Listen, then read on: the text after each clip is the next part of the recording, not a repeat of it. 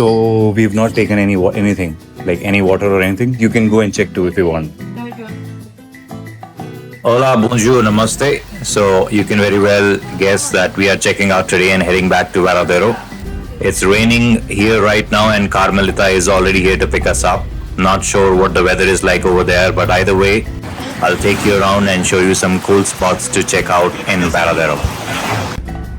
So you would have seen that we are boarding the same cab, which actually got us to Havana from Varadero.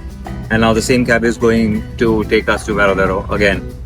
They only charge like one side. So even though he was coming all the way from Havana to Varadero, he did not charge us for that side.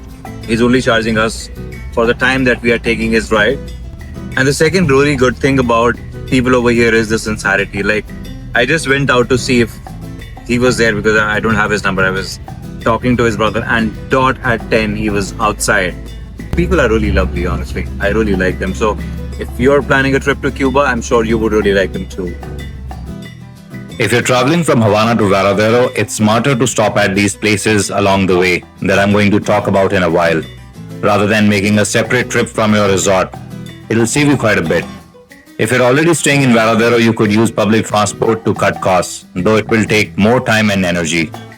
Hiring a cab from Havana to Varadero can cost anything between 100 to 150 US dollars, whereas doing these excursions while already in Varadero might be closer to 100 USD. So it really depends on your budget and how you would like to experience it.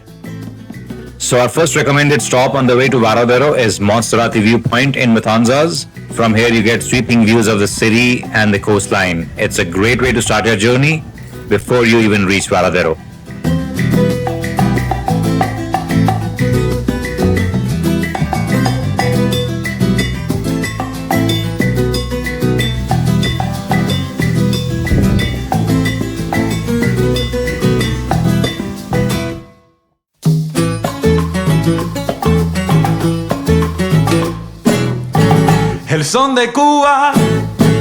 El son de Cuba traigo yo. Apúrense que el son llegó. El son de Cuba. Vladimir, me encanta tu camisa amarilla. Thank you. The second place I would recommend is Matanzas city itself. As you wander through its streets, you'll see rows of vibrant pastel-colored houses, each with its own character. The charm of the city lies in its everyday details. The people standing on their doorsteps, women taking their kids out, people riding a cart, driven by a scooter, pedestrians standing on the bus stop, vendors selling on streets, and the rhythm of Cuban life unfolding around you. It's a perfect spot to slow down, take photos, and soak in the authentic Cuban atmosphere before heading on to Varadero.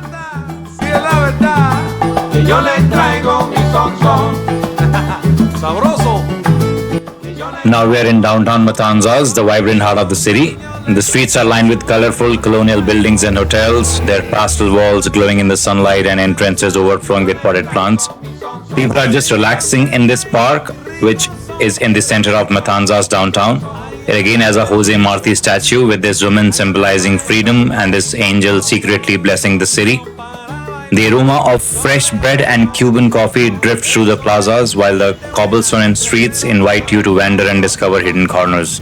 Every sight, sound, and scent gives you a real feel of Matanzas' charm, making it a must-visit stop.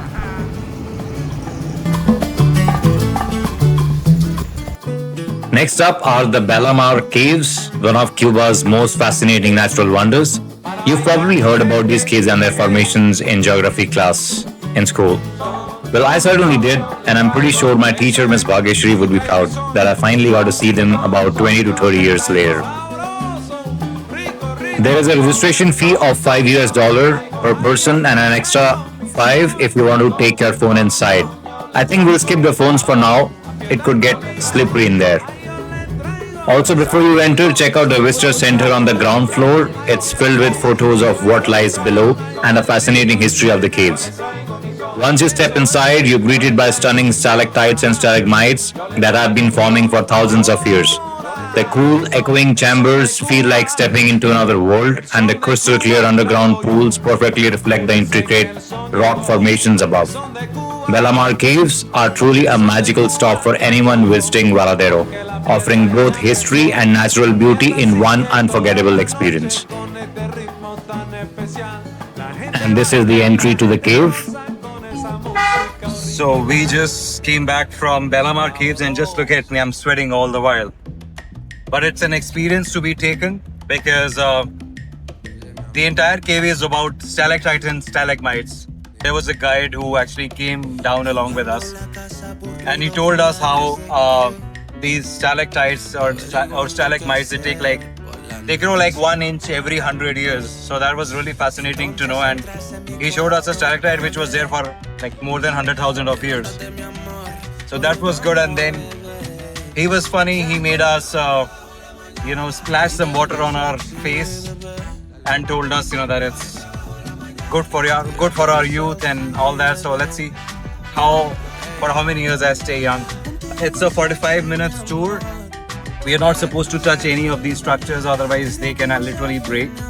And you could actually see some fossils of sea animals. I saw one of a starfish. We did not take our phones along inside because we thought we might just slip or over the water because it is a bit wet inside. So I'm like, let's just do it without the technology and experience it, how it feels. Honestly, it really felt good. There are so many limestone formations literally dripping down from the roof of the cave, which is again something new. And the sound of a droplet, the sound of silence is something that we experienced inside. So if you're coming to Varadero or even Havana, make sure you visit this cave.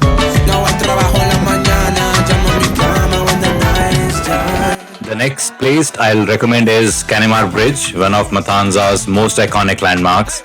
The drive itself is a treat. You pass through a stretch that feels almost like a little jungle, and then suddenly the bridge appears. It stretches elegantly over the Canimar River with the evening light shimmering on the water below.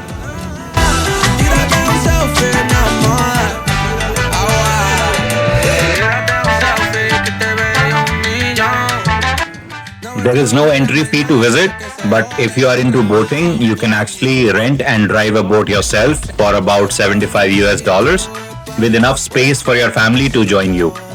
Along the riverbank, you'll also find a Cuban music group. Many visitors stop for photos with them and tip whatever they feel. This spot is especially popular with Canadian tourists who love to sit by the river, enjoy a drink at the bar, or head out for a boat ride. And it's no surprise, there is something natural in us that draws us to water. So why not enjoy such a beautiful landscape? Also, if you've got extra time, you can even book a safari tour from here to explore more of the surrounding area. Number 6 on the list is Saturno Cave, located close to Varadero Airport. The entry fee is just $5 per person, and this place truly feels like a secret escape. There are open stairs that go down, and many visitors love taking a dip here.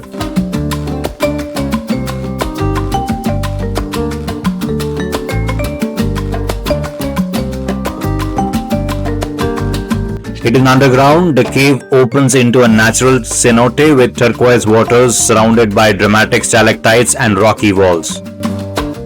A cenote is a natural sinkhole formed when the roof of a limestone cave collapses, revealing the groundwater below. Unlike the Bellamar Caves, this one is open and filled with light. The water is crystal clear, cool, and deep enough for swimming or even snorkeling. But even if you choose not to go in, just standing at the edge and soaking in the atmosphere feels like stepping into another world. Saturno Cave is a perfect spot to cool off and add a little adventure to your Varadero trip.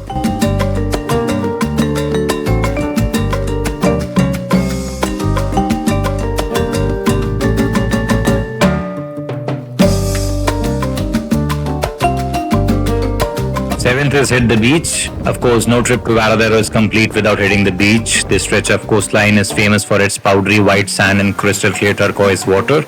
So whether you want to sunbathe, take a dip, or just walk along the shore with the waves at your feet, the beaches here are the perfect place to unwind and soak in the Caribbean vibe. Number 8 is to engage in an activity of your choice or simply strike up a conversation with strangers. Varadero has no shortage of things to do, whether it's water sports, dancing, or joining a local tour. But sometimes the most memorable moments come from the people you meet along the way. A quick chat with a local or even fellow travelers can open up stories, tips, and experiences you won't find in any guidebook. Another great way to explore Varadero is by hopping on the double-decker bus tour, and the best part is it only costs $5 for the whole day. You can hop on and off as much as you like while exploring the city. And if you would like to see a full Varadero city tour, don't forget to click the link on the top right. I've made a complete video on that before.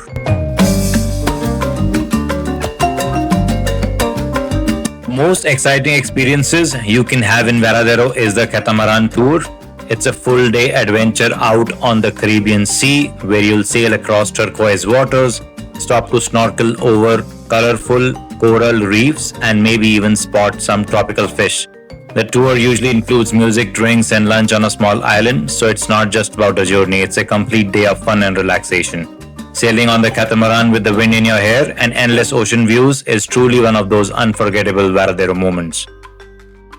Also, the trip can cost anything between $75 to $100 per head. Number 10th is going to be your own room, which is often the most underrated place during a holiday. With all the excitement of exploring and activities, it can sometimes get overwhelming.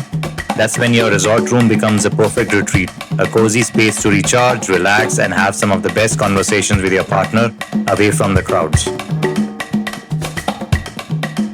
Last but not the least, I would say the airport, because the Varadero vibes don't just stay at the resort, they travel with you, carried along in your memories, stories, and the little moments that make your trip unforgettable.